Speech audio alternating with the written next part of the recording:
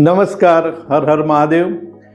Bharatiya Janata party એ આખા વિશ્વનું સૌથી મોટું એક સંગઠનનું માળખું છે.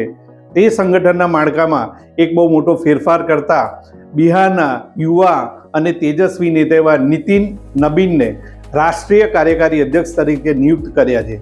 14 ડિસેમ્બર 2025ના રોજ લેવાયેલા નિર્ણય રાજકીય વર્તુળોમાં ભારે ચર્ચા જગા. નીતિન નબીન માત્ર 45 વર્ષના વયે આ પદ સંભાળનાર ભાજપના ઇતિહાસમાં સૌથી યુવા કાર્યકારી અધ્યક્ષ બન્યા છે. તેમનો જન્મ 1980માં થયો હતો, જે વર્ષે ભાજપની સ્થાપના થઈ હતી. તેઓ જેપી નડ્ડાના સ્થાને આ જવાબદારી સંભાળશે અને 2026માં તેઓ વિધિવત રીતે રાષ્ટ્રીય અધ્યક્ષ તરીકે ચૂંટાય તેવી પણ પ્રબળ શક્યતા છે. નીતિન નબીનનો રાજકીય પ્રવાસ એક આદર્શ કાર્યકરની મિસાલ સમાન છે. પટનાની સડકો પર પક્ષનો ઝંડો ઉઠાવવાથી લઈને સતત 5 વખત ધારાસભ્ય બનવા સુધીની તેમની સફળ સંઘર્ષ અને સમર્પણની ગાથા છે. નીતિન નબીનનો રાજકીય પ્રવાસ પાયાના કાર્યકરથી શરૂ થયો છે. તેઓ પટનાની બાંકીપુર વિધાનસભા બેઠક પરથી સતત 5 વખત ધારાસભ્ય તરીકે ચૂંટાયા છે. તેમના પિતા પણ નવીન કિશોર પ્રસાદ સિન્હા પણ ભાજપના દિગ્ગજ નેતા હતા અને 2006માં તેમના અવસાન બાદ નીતિન નબીને પેટા ચૂંટણી દ્વારા સક્રિય રાજકારણમાં પ્રવેશ કર્યો હતો. ત્યારથી અત્યાર સુધી તેઓ ક્યારેય ચૂંટણી હાર્યા નથી.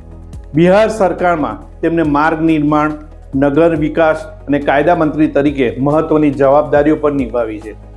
ખાસ કરીને માર્ગ નિર્માણ મંત્રી તરીકે તેમને પથ સંધારણ એપ અને OPRS MC પોલિસી જેવી ટેકનોલોજી આધારિત સુધારાઓ અમલમાં મૂકી પોતાની વહીવટી કુશળતા સાબિત કરી છે. આપણે સંગઠનની દ્રષ્ટિએ જોઈએ તો પણ નીતિન નબીન છત્તીસગઢ અને સિક્કિમ જેવા રાજ્યોમાં ભાજપના ચૂંટણી પ્રભારી તરીકે સફળ રહ્યા છે. છત્તીસગઢમાં ભાજપની શાનદાર જીત પાછળ તેમની પાયાની રણનીતિને શ્રેય આપવામાં આવે છે. તેઓ ભારતીય જનતા પાર્ટીના યુવા મોરચાના બિહાર પ્રદેશ અધ્યક્ષ અને રાષ્ટ્રીય મહાસચિવ પણ રહી ચૂક્યા છે.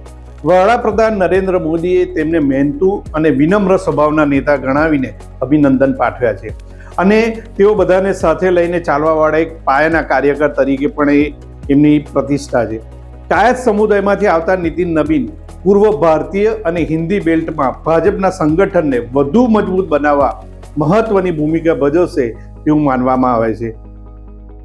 ભાજપ એ વિશ્વની સૌથી મોટી પાર્ટી બની છે. વડાપ્રધાન નરેન્દ્ર મોદી ભારતને વિશ્વ ફલક ઉપર સતત નામના અપાવી રહ્યા છે, ત્યારે સૌની આશા અને અપેક્ષાઓ તે ઉપર વધી જાય છે. સૌથી મોટી પાર્ટી હોવાની સાથે સ્વાભાવિક છે કે કાર્યકરની સંખ્યા પણ ખૂબ મોટી છે અને કાર્યકરોમાં પણ આશા અપેક્ષાઓ વધુ હોય છે.